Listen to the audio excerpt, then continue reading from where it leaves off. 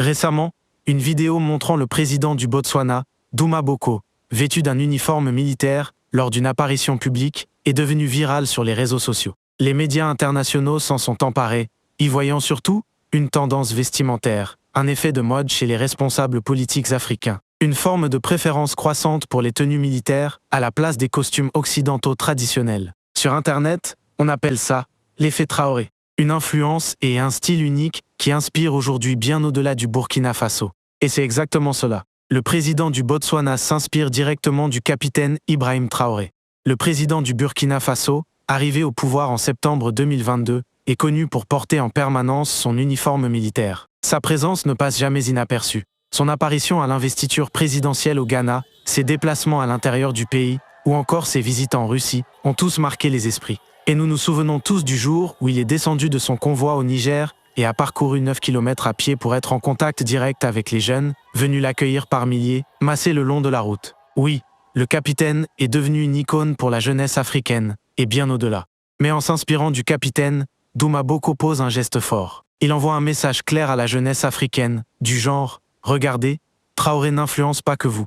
Même nous, les autres présidents, sommes inspirés par lui, et nous n'avons pas peur de suivre ses pas. » Il montre aussi qu'il entend la jeunesse, car, rappelons-le, ce sont les jeunes qui, les premiers, ont exprimé leur désir d'avoir des dirigeants comme Traoré et les autres présidents de l'Alliance des États du Sahel. Ces jeunes qui descendent régulièrement dans la rue pour les soutenir, en Afrique comme dans la diaspora.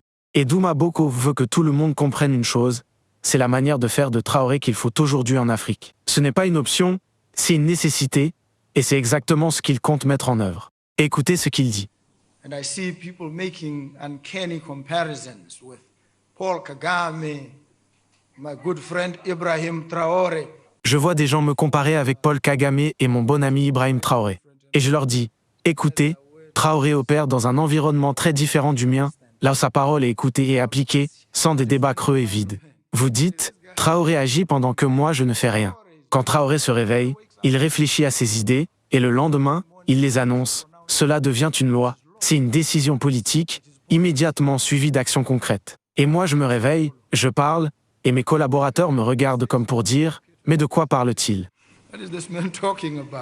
En somme, il est en train de leur dire « Si vous voulez que j'agisse comme Traoré, vous allez devoir agir comme l'entourage de Traoré, prêt à écouter et à réagir immédiatement. » Ce n'était pas la première fois que Duma Boko évoquait Traoré dans un discours. Mais cette fois, c'était différent. Pour la première fois, il disait clairement à son administration de se préparer à un changement radical dans la façon de gouverner le Botswana. Et il l'a dit d'un ton ferme, presque militaire. Écoutez la suite. Les structures actuelles ne permettent pas d'agir rapidement. Il faut donc contourner certaines règles et procédures avec fermeté et autorité, et je le ferai.